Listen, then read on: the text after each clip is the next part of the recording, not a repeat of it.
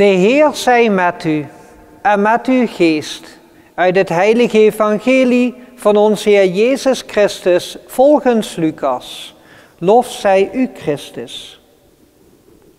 Reeds velen hebben getracht de gebeurtenissen te verhalen die onder ons hebben plaatsgevonden, aan de hand van de gegevens welke ons werden overgeleverd door mensen die vanaf het begin af aan ooggetuigen waren en in dienst van het woord zijn getreden.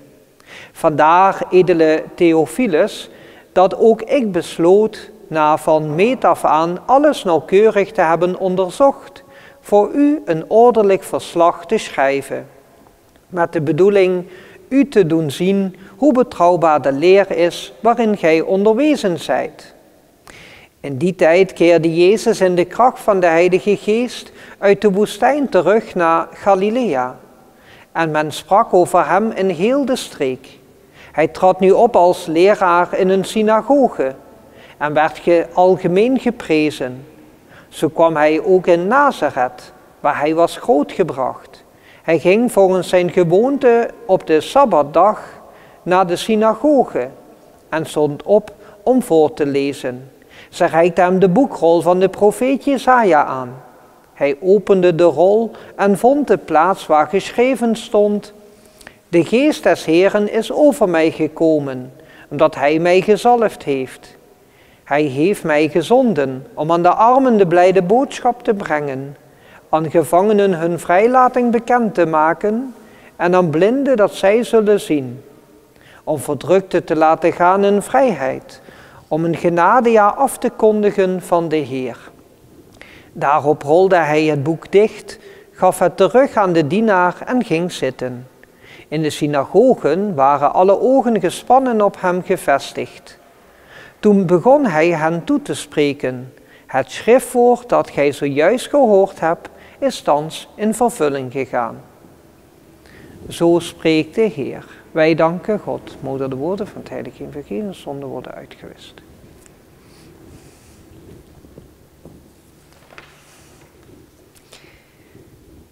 We horen hier dat Lucas schrijft voor ene Theophilus. En hij doet dit op een manier dat hij de toehoorder, de lezer, probeert te overtuigen dat alles wat hij gedaan heeft en opgeschreven, goed heeft onderzocht. En als jullie nog het kerstverhaal weten, dat opeens verkondigd wordt hoe Jezus geboren wordt, dan hoor je concrete plaatsnamen. En ook namen van hooggeplaatste heren. Met andere woorden, er staat niet iets van er was eens. Once upon a time. Nee, het is geen verhaal in die zin. Het is geen verhaaltje zomaar uit een sprookjesboek. Het is namelijk een waargebeurd verhaal. En er zijn concrete mensen door geïnspireerd geraakt. En Lucas wil ons als het ware iets overgeven. Namelijk het evangelie. Over de Theophilus, waar hij voor schrijft, is een beetje een aparte. Over de identiteit van die Theophilus wordt altijd een beetje gespeculeerd. Wie is dat nu? Wellicht kan de naam Theophilus ons een idee geven over de identiteit van deze goede man. Want in het Grieks, Theophilos, Theos betekent goddelijk en philos betekent vriend. Dus eigenlijk goddelijke vriend. Ofwel een vriend van God. Nou, hopelijk bent u allemaal een vriend van God. En dat deze verhalen dus niet voor één persoon zijn geschreven, maar voor ons allemaal. Want even voor de duidelijkheid, Jezus is gekomen naar deze aarde. En niet alleen maar om als het ware vriendjes met ons te zijn. Nee, hij is gekomen met een bijzondere reden. Namelijk, hij wilde de relatie tussen God en mens en de mensen onderling wilde hij herstellen. Dat is hij komen doen.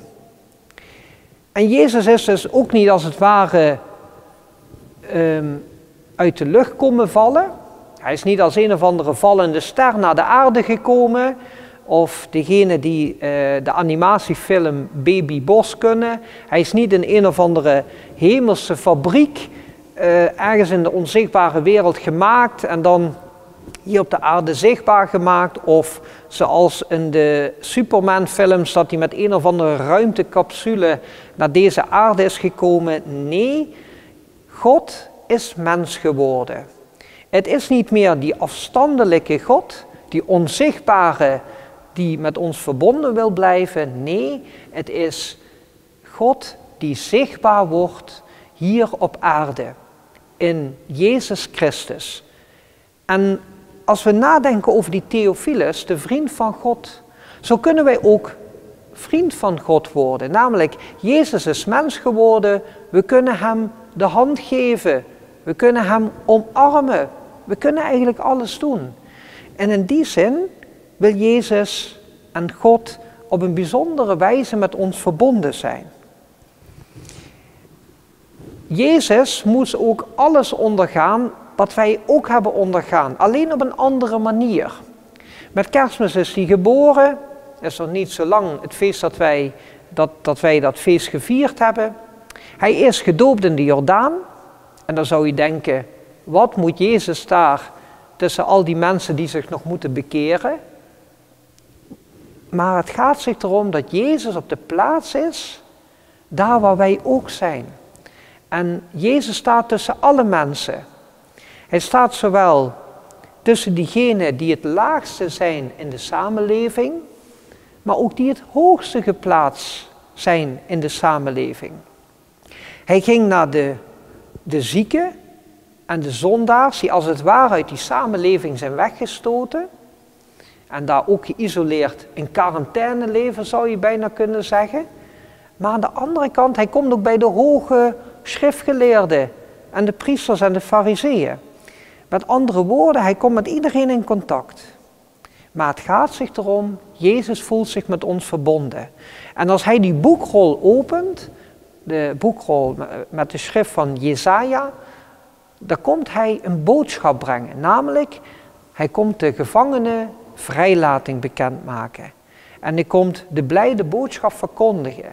Dan gaat het hier niet om de gevangenen die in de gevangenis zitten, tenminste niet in letterlijke zin, want die hebben iets gedaan wat niet mag. Maar het is vooral, Jezus wil ons vrijmaken. God wil ons vrijmaken.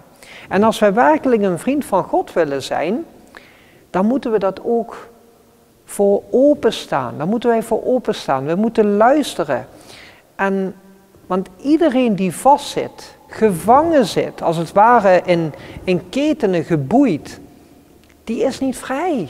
Die is niet vrij. God wil juist dat wij vrij zijn.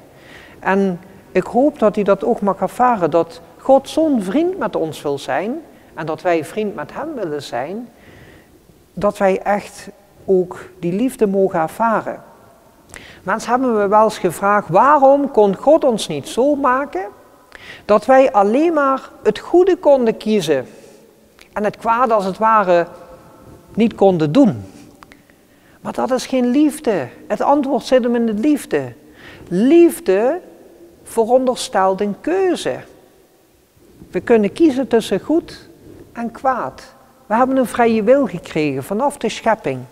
En die liefde, die heeft God voor ons over. En die liefde, die tekent ons ook. Dat maakt ons hopelijk als katholiek, als christen ook anders. Namelijk dat wij de relatie met God goed moeten hebben, de relatie met onszelf en de relatie naar medemensen, dus de naaste. Want als aan Jezus gevraagd wordt, wat is het belangrijkste gebod? Bemin God boven alles, met geheel uw verstand, geheel uw ziel en geheel uw hart. En de naaste als uzelf. Dat betekent, zoals wij met onszelf omgaan, moeten we ook met anderen omgaan. En ik hoop, als u echt een vriend van God wil zijn, dat u zich daaraan houdt. Zo zal ons handelen altijd in de lijn zijn van wat God van ons verwacht. Als wij allemaal in Christus zijn en allemaal met God verbonden zijn, dan mogen we ons werkelijk als vriend van God ervaren. En ook vriend van God zijn. Ik hoop dat u dat mag ervaren. Jezus stond tussen verschillende mensen. Van alle rangen en standen. En ook in die zin moeten wij tussen alle mensen gaan staan. En of we soms ermee eens zijn hoe iemand is, ja of nee, dat is niet aan ons. Het gaat zich erom dat wij daar zijn, ook waar Jezus dus heeft gestaan.